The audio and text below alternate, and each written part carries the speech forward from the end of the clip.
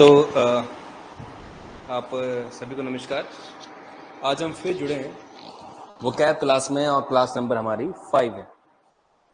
आज वोकैब वाली इस क्लास में, इंग्लिश क्लास में, हम कुछ डिफरेंट वर्ड्स डिस्कस करेंगे। फॉर एग्जांपल आज हम डिस्कस करेंगे लायर के बारे में। लायर्स, झूठा।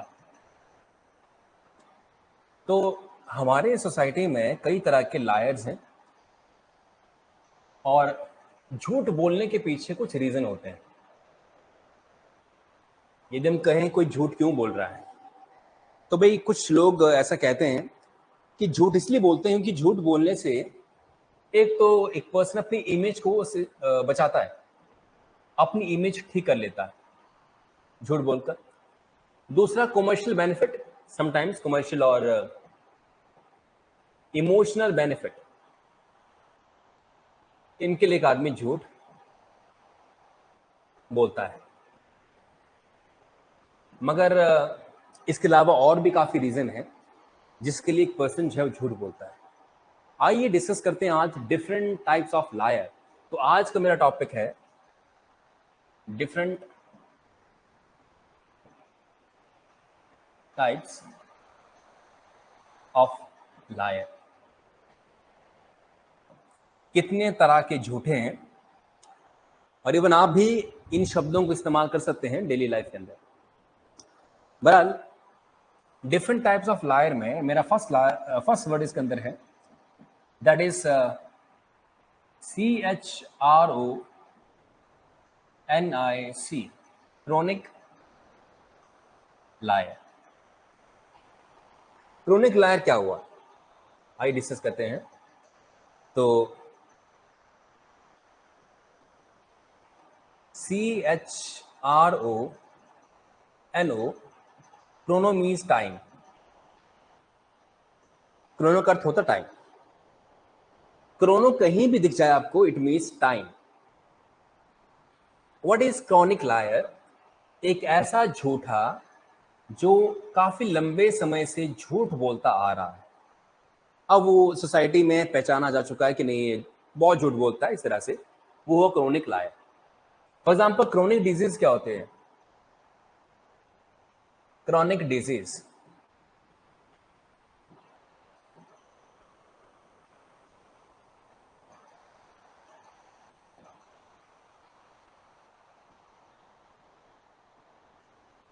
DISEASE, chronic disease. तो क्रॉनिक डिजीज मीन्स एक ऐसी बीमारी जो एक लंबे समय से चली आ रही है, that is called chronic disease, right. Now chrono से कुछ और वर्ड्स क्रिएट करते हैं। Let's create some more words. आप नोट करते जाइए इस चीज को। For example, chronology, CHRONOLOGY, chronology. So chronology होती क्या है? Let's understand this. CHRONO, chrono means time. LOGY, logy means study. So what is chronology? Study of time. जब भी आप फॉर एग्जाम्पल हिस्ट्री में आप पढ़ते हैं बाबर, फिर हुमायूं, देन अकबर, फिर जहांगीर, शाहजहां, औरंगजेब, ये सारी इन लोगों की या मुगल सल्तनत की क्रोनोलॉजिकल स्टडी है। क्रोनोलॉजिकल स्टडी माने समय के अनुसार इनको स्टडी किया जा रहा है कि पहले बाबर हुआ, फिर हुमायूं हुआ, फिर अकबर आया, इस तरह से। तो these kind of studies are called chronological studies. तो chrono means time. Now chrono से कुछ और क्रिएट करते हैं वर्ड्स। फॉर एग्जाम्पल, synchronism या synchronize, SYNCHRONISE,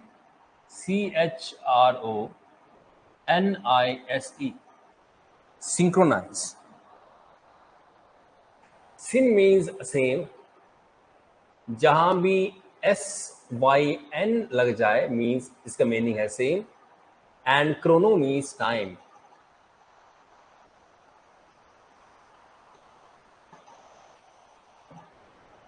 Chrono means time. So क्या होगा synchronize? तो synchronize means टाइम को सेम करना, टाइम को सेम करना इज कॉल्ड सिंक्रोनाइज. टाइम को सेम करना is called synchronise. For example दो लड़कियां हैं, एक का नाम मधु है और एक का नाम जो है वो श्वेता है, राइट? ये दो लड़कियां हैं और सपोज करिए श्वेता जो है वो ट्यूशन गई है पढ़ने के लिए एंड इनका बर्थडे है, सपोज कर लेते हैं, और इनकी बर्थडे पार्टी रखी गई है 8 बजे और श्वेता का 8 बजे ट्यूशन होता है. तो चूंकि श्वेता ट्यूशन मिस करना नहीं चाहती हैं, इसलिए श्वेता कह रही हैं मधु को कि can we synchronise our time, can we synchronise our time, which means क्या हम अपने टाइम को सेम कर सकते हैं. सेम कैसे? फॉर एग्जाम्पल श्वेता फ्री होगी 9 बजे, तो क्या पार्टी जो है वो 9 बजे शुरू हो सकती ताकि उसकी क्लास मिस ना हो. That is called synchronise. And life के अंदर हमें कई बार सिंक्रोनाइज करना पड़ता अपने इश्यूज को, अपने किसी इवेंट को, ताकि दोनों तीनों ही 4 लोग उसे अटेंड कर सकें जिनका कॉमन इंटरेस्ट है उसके लिए. बहरहाल तो ये हुआ सिंक्रोनाइज. इसे सिंक्रोनाइज करना मीन सेम टाइम करना. इसके आगे हम डिस्कस करें, एक और वर्ड है एनाक्रोनिज्म. ANACHRONISM.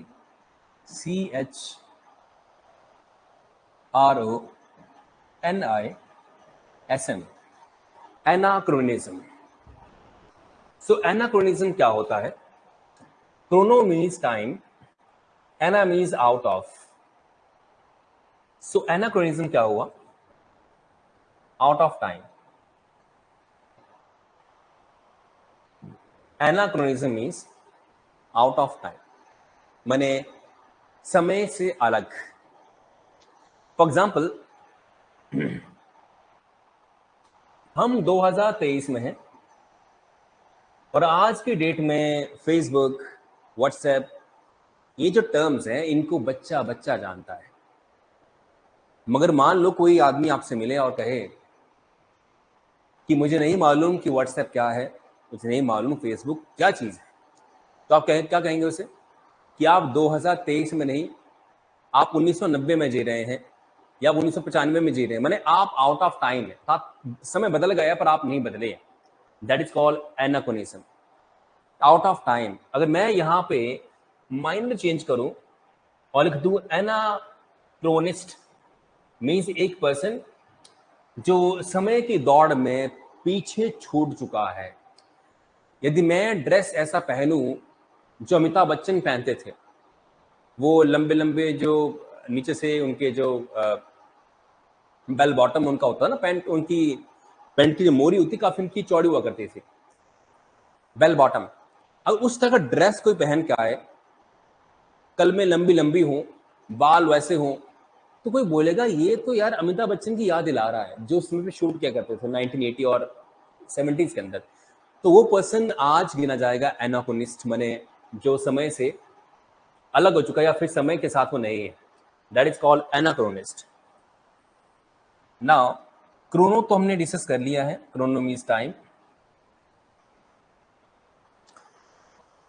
अब एक नया लायर करते हैं सिलेक्ट यहां से, इसे मैं सेव कर लेता हूं.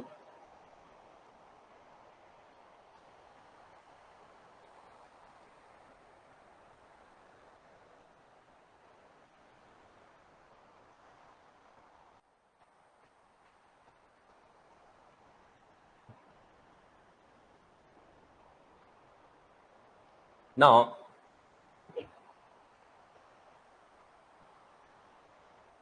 एक नया लायर डिस्कस करते हैं, न्यू टाइप ऑफ लायर, और वो है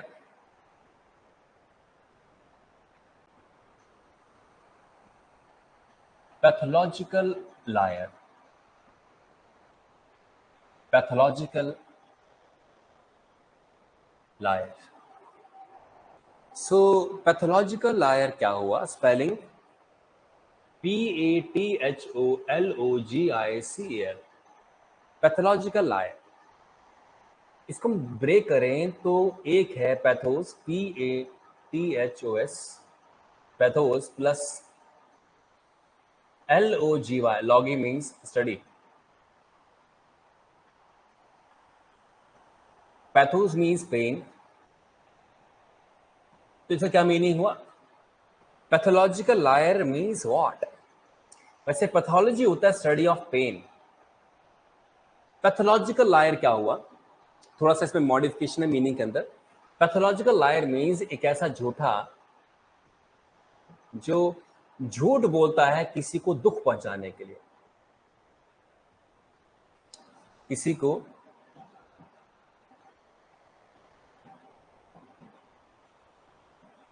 दुख पहुंचाने के लिए।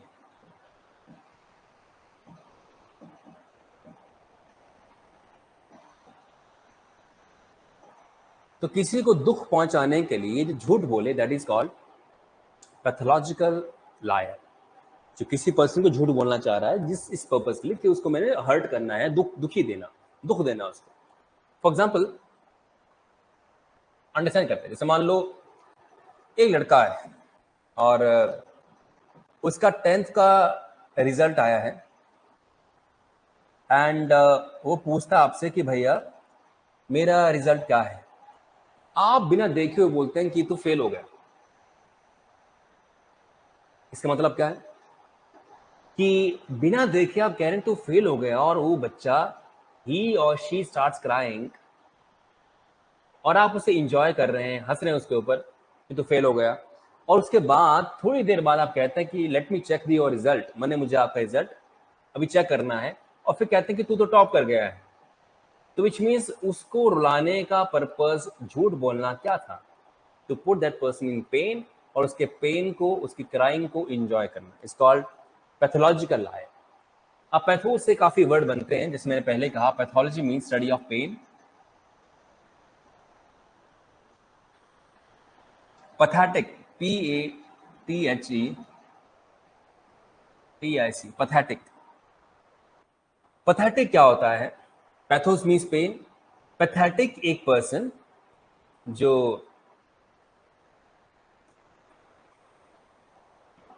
दूसरों को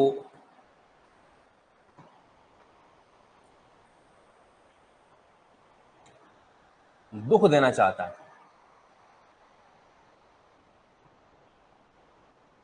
एक ऐसा व्यक्ति जो दूसरों को दुख देना चाहता हो इज कॉल्ड पैथेटिक पर्सन।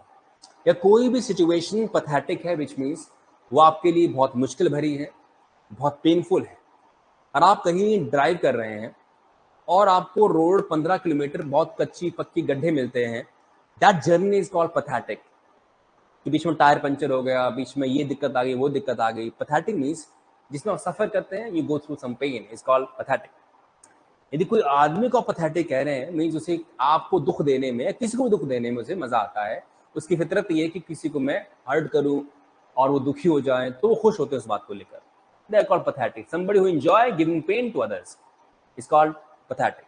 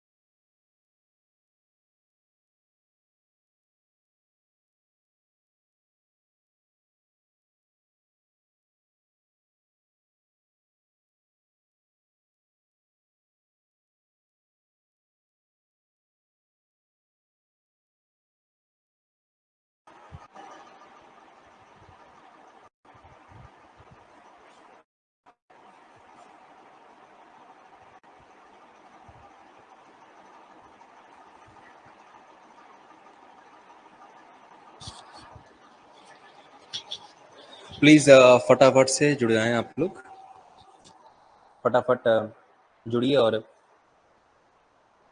हम अपना सेशन आगे बढ़ाते हैं। तो मैं डिस्कस कर रहा था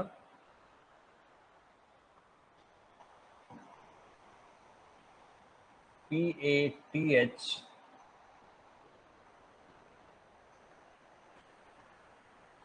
पैथोलॉजिकल लायर को हम ये डिस्कस कर रहे थे और मैं फोकस कर रहा था पैथोस के ऊपर, PATHOS। और पैथोस मैंने कहा पैथोस मीन्स पेन, राइट। इसमें मैं बात कर रहा था पेन या suffering. What is antipathy?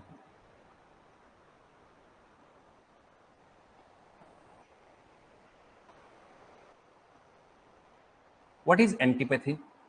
Now pathy होता है pain, anti means against, anti means against. So antipathy क्या हुआ? एंटीपैथी मीन्स इन्हें का पेन के खिलाफ है। एंटीपैथी मीन्स जब आपको किसी व्यक्ति का दर्द महसूस नहीं होता या आप चाहते हैं कि वो पर्सन जो है वो हमेशा पेन में रहे, that is called antipathy. Antipathy means a feeling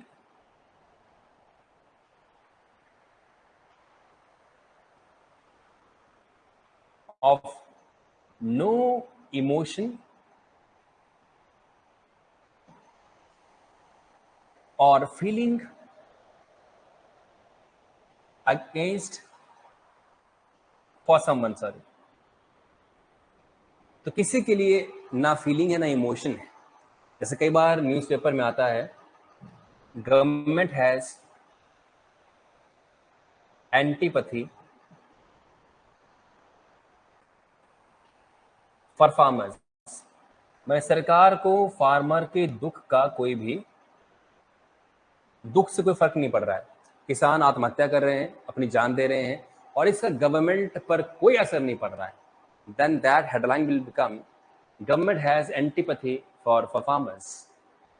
antipathy के बाद कुछ और वर्ड्स, दो इंपॉर्टेंट वर्ड्स हैं, सिंपैथी SYMPATHY सिंपैथी और empathy AMPATHY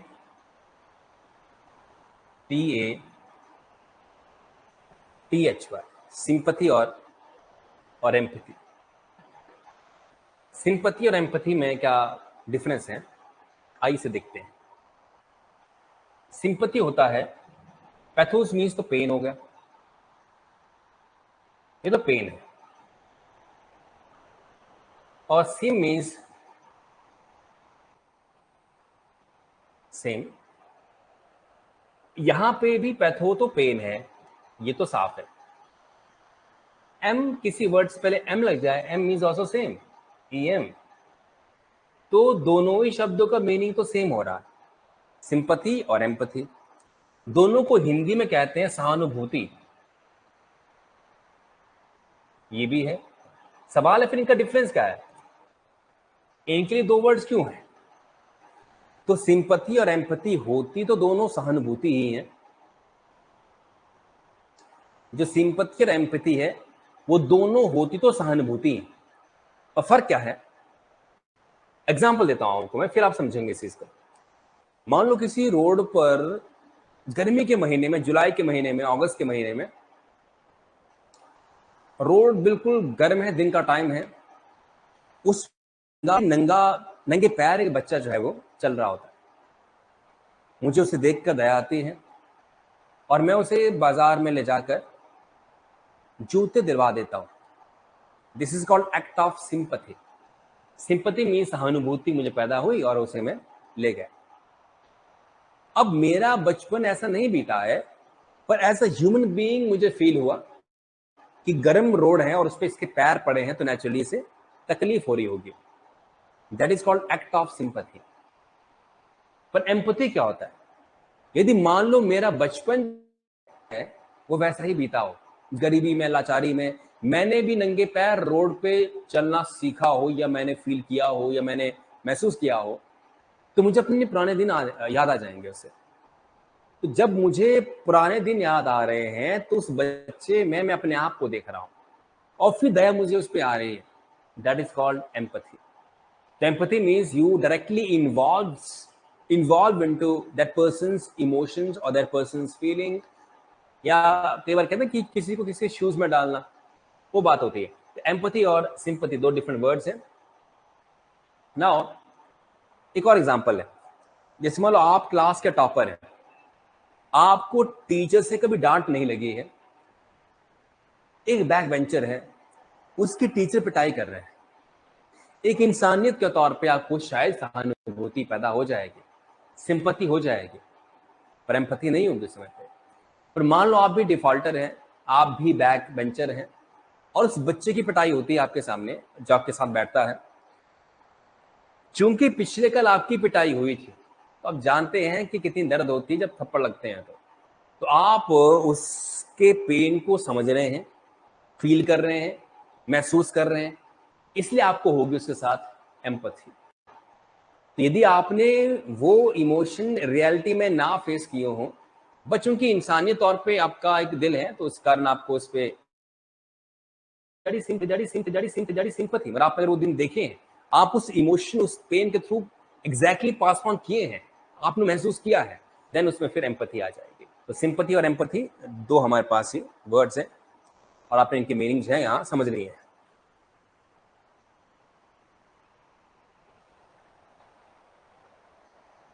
right, next lawyer हमारे पास है, उसकी मैं बात कर लेता हूं। अब नेक्स्ट कैटेगरी ऑफ लायर है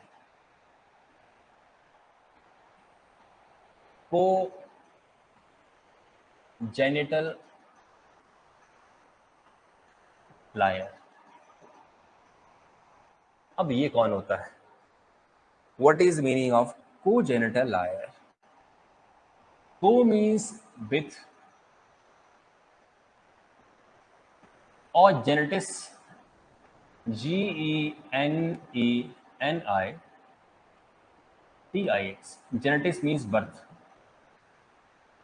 विद बर्थ मीन्स जो व्यक्ति जन्म से झूठ बोल रहा हो, that person is congenital liar. जो बचपन से झूठ बोलता आ रहा है, अब उसकी आदत हो गई झूठ बोलना, जब भी वो मुंह खोलता है झूठ ही बोलता है, that person is called congenital liar. So congenital liar means एक ऐसा झूठा जिसे झूठ बोलने की आदत बचपन से है। जैसे मेरे एक रिलेशन में मेरे कजन है, he has become famous for lying. तो अब यूं हो रखा है कि जब भी कोई उसे फोन करता है तो पहले पूछते हैं उससे कि देख, तुझसे बात तभी करेंगे जब तू प्रॉमिस करे कि जो तू कहेगा वो सच ही कहेगा। तो फिर प्रॉमिस करता कि हाँ मैं सच बोलूंगा, कोई नहीं, आप बोलो। तो फिर उसे पूछते तू है कहाँ पर? यदि वो कहे कि हाँ मैं चंबा में हूँ, हाँ मैं कांगड़ा में हूँ, अच्छा, तो फिर बोलते तेरे से काम था, ये काम तू करके लेके आना। विच मीन्स पब्लिक को उसे फेथ नहीं है कि जो भी कहेगा वो सच तो बिल्कुल नहीं कहेगा। तो पहले कसम दिलवाते हैं उसे, तेरे ये कसम, तेरी वो कसम, तो इस तरह उसे काम करवाते हैं। तो जो आदमी बचपन से झूठ बोलता आ रहा हो, अब उसकी रूटीन बन चुकी है कि मैं झूठ ही बोलूंगा, इस तरह से। वो genital, genetics means birth.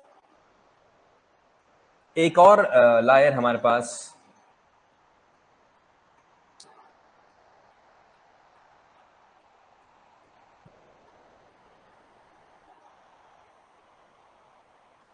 Incorrigible lawyer.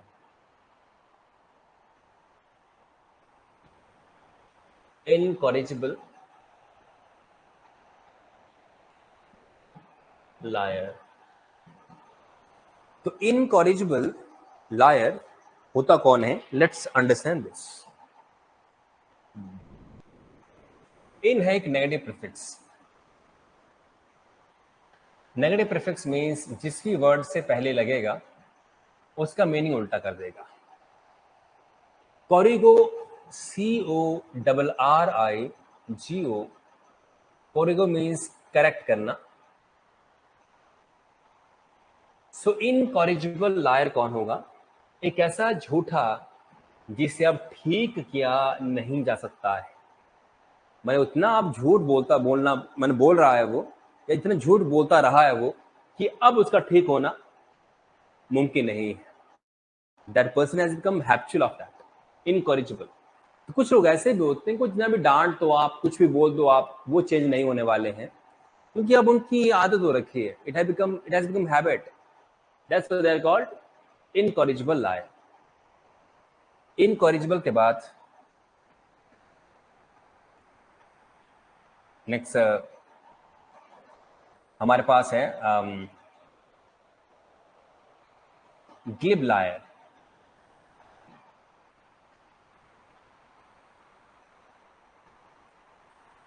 Glib lawyer.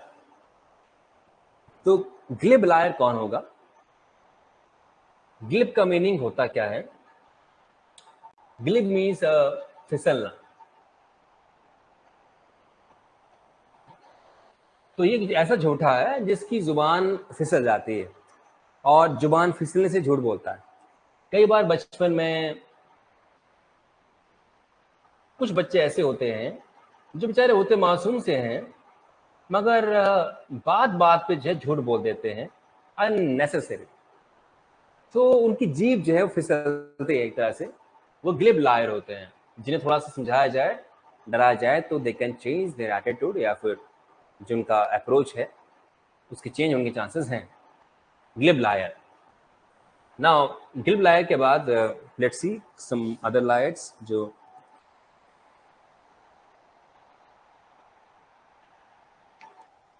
कॉन्जुमेट liar next है।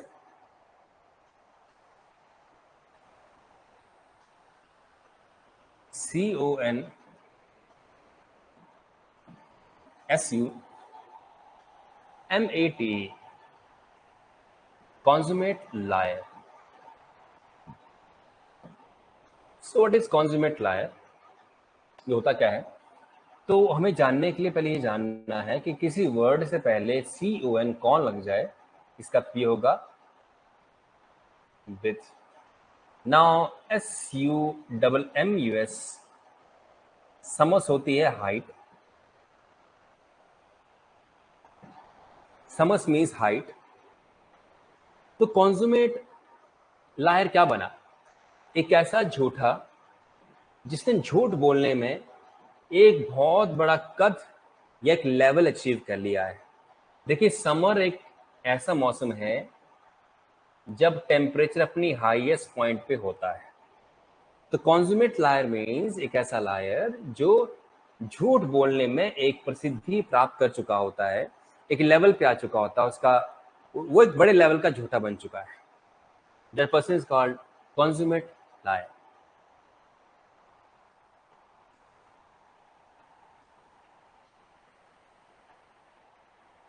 ये कॉन्जुमेट लायर हमारे पास था। Now next is unconscionable liar। Next है unconscionable, CONSCI, unconscionable liar। So unconscionable liar क्या होता है? Let's understand this। un होता है negative prefix.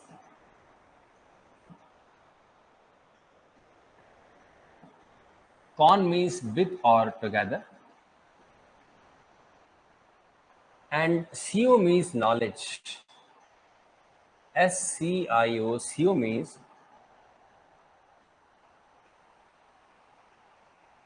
knowledge। So what is unconscionable liar?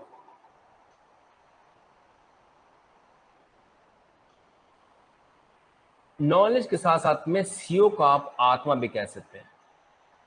For example, conscious को आत्मा कहते हैं, क्योंकि अवेयरनेस और नॉलेज हमें किससे आता है? हमारी आत्मा से। जिस दिन हमारी आत्मा हमें छोड़ के चली जाएगी ना, तो कुछ नहीं बचेगा। कॉन्शियस मीन्स आत्मा।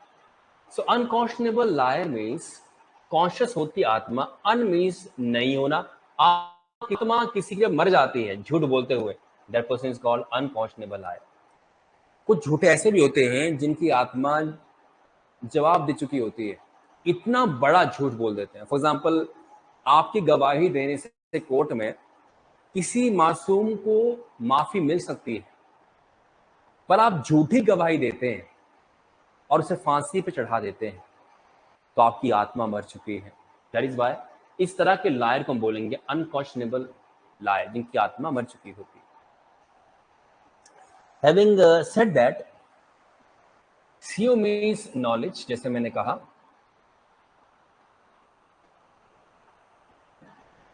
सीओ मीन्स नॉलेज या फिर awareness. So what is conscious mind?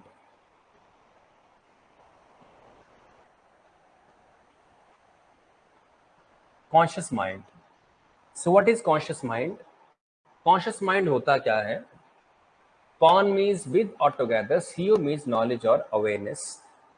तो कॉन्शियस माइंड कैसा दिमाग है? फॉर एग्जाम्पल, अभी हम बात कर रहे हैं, मैं लेक्चर दे रहा हूँ, आप लेक्चर सुन रहे हैं, तो आपका और मेरा अभी जो दिमाग यूज हो रहा है, that is called conscious mind. Conscious mind ये कभी कभार, जैसे आप क्लास में हैं पर आपका दिमाग कहीं और चला गया है, तो इट मीन्स आप अनकॉन्शियस है, मीन्स आपका दिमाग कहीं और चला गया हो, आप उस समय वहां पे प्रेजेंट मेंटली नहीं है। तो कॉन्शियस होती है आपकी अवेयरनेस। यदि मैं अभी आपसे बात करता हूँ, किसी और थॉट में चला जाऊं, दैट इज कॉल्ड, आपका अनकॉन्शियस माइंड जो है वो काम नहीं कर रहा है, आपके कहीं और चला गया हुआ है। एक होता है unconscious mind.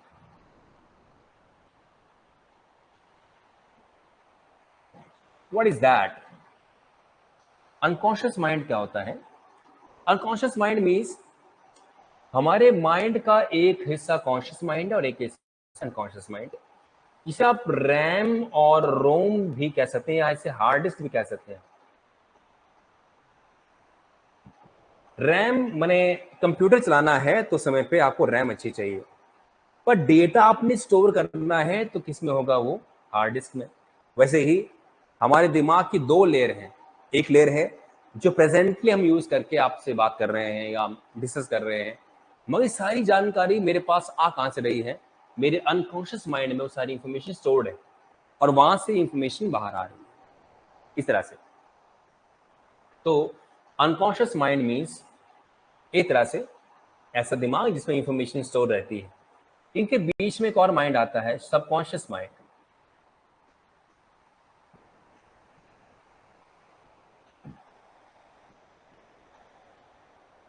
So what is subconscious mind?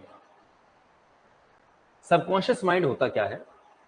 Conscious mind और अनकॉन्शियस माइंड के बीच में सबकॉन्शियस माइंड होता है।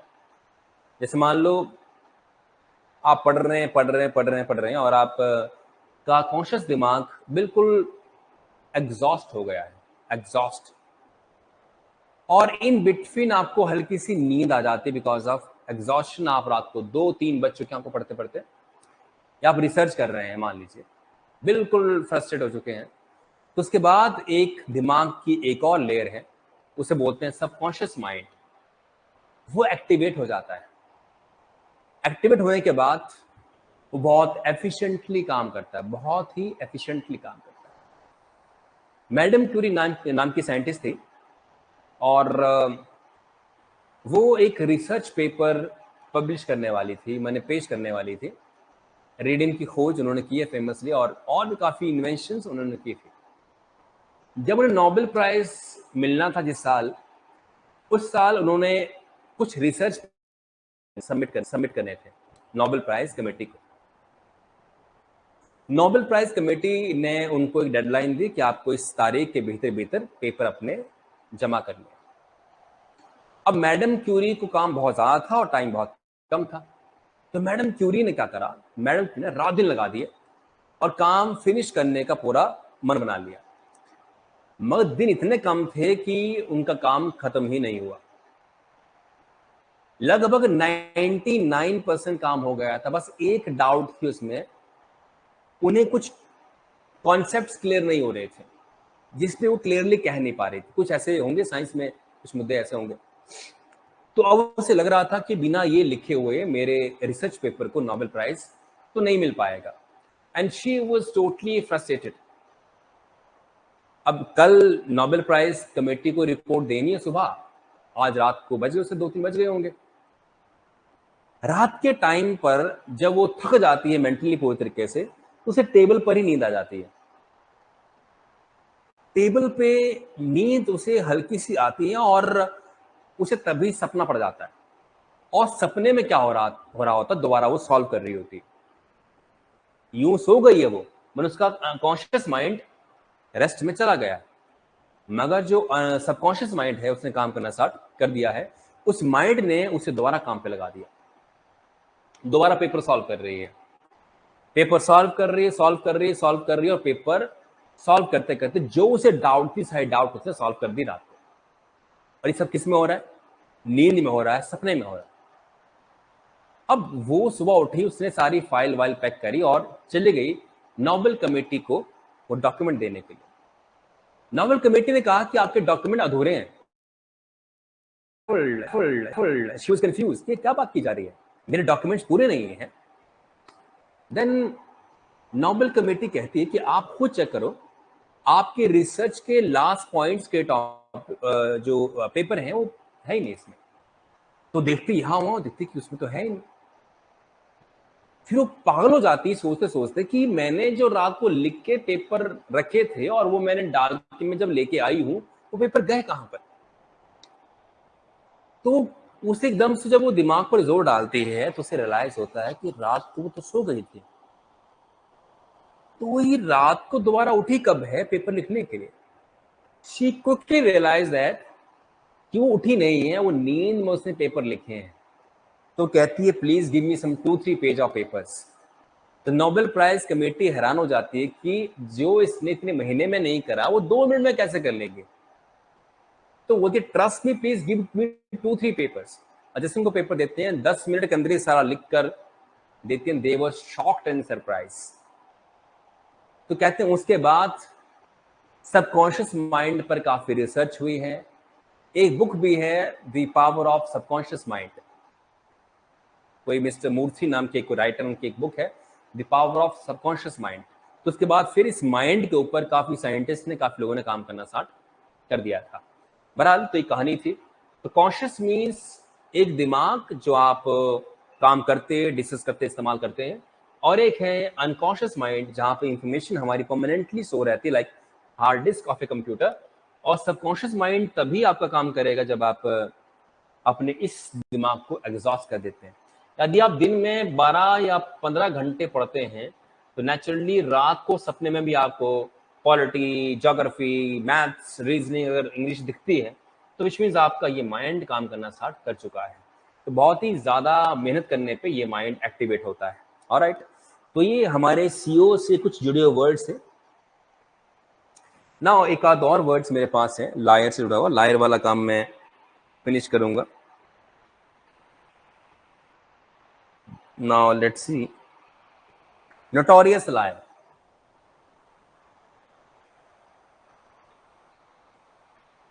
Last word NOTORIOUS, notorious liar, very very important word. Notorious means what? अब नोटोज होता है नोन, NOTOS, नोटोज मीन्स नोन। तो नोटोरियस लायर का मतलब एक ऐसा लायर जिन्हें जमाना जानता है, जमाने में फेमस है झूठ बोलने के लिए, known for wrong reason. Dawood Ibrahim notorious है, APJ अब्दुल कलाम जो है वो फेमस है। तो फेमस और नोटोरियस में फर्क होता है। जो आदमी फेमस होता है उन्हें लोग जानते हैं, पहचानते हैं फॉर राइट रीजंस, उनके अच्छे काम के कारण। जिन्हें लोग जानते हैं उनके बुरे काम के कारण they are called notorious. Notorious liar means, अब लायर करना तो अच्छा काम तो नहीं है, तो जो ऐसा काम करेगा तो उसे लोग जानेंगे, लोग जानते हैं उसे तो बन लेंगे उसे notorious liar. Notorious liar means a liar known for speaking false statements. Notorious known, ऐसे नोटिस होता है, नोटिस बोर्ड स्कूल कॉलेज में क्यों लगाया जाता है? ताकि उस पर जो लिखा जाए that should become known to everybody. तो नोटिस बोर्ड बाहर लगा दिया था ताकि जो कुछ भी पर्चा वहां लगाया जाए, फीस का, एडमिशन्स का, वो सारे लोग देख लें, जान लें, ताकि इंफॉर्मेशन जो है वो नोन हो जाए, वो जो बात कॉलेज कहना चाहता है सब तक पहुंच जाए। राइट, नोटिस बोर्ड कहते हैं इसे। चलिए आज हम यहाँ तक डिस्कस करेंगे और कल की क्लास में मैं कुछ और वर्ड जैसे लेके आऊंगा। मैंने कहा था कि मैंने जैसे 5वीं क्लास कर ली है तो 5 क्लासेस में वोकैब प्योर करूंगा, उसके बाद फिर ग्रामर पे चलते हुए एक दिन बस वोकैब करूंगा, बाकी दिन में ग्रामर डिस्कस किया करूंगा। और साथ साथ में हम बहुत जल्दी जीएस के सब्जेक्ट्स को भी स्टार्ट कर देंगे ताकि जल्दी से आपका सिलेबस निपटे।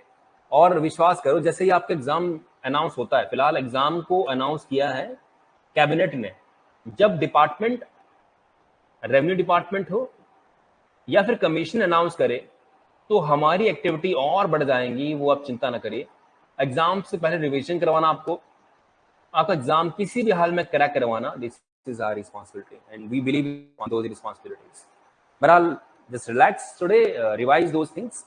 और आपको संडे को सारी फैकल्टी कुछ एक्स्ट्रा काम भी दे देंगे, वीकली बेसिस पे कुछ काम आपको दिया जाएगा लगातार, और उस काम के ऊपर आपको टेस्ट कंडक्ट किए जाएंगे।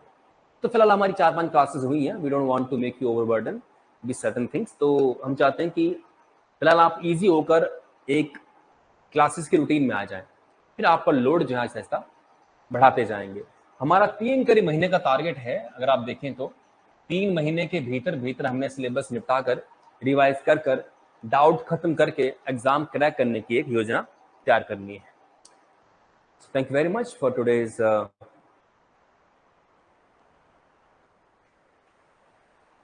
सेशन और कल फिर मिलेंगे। धन्यवाद।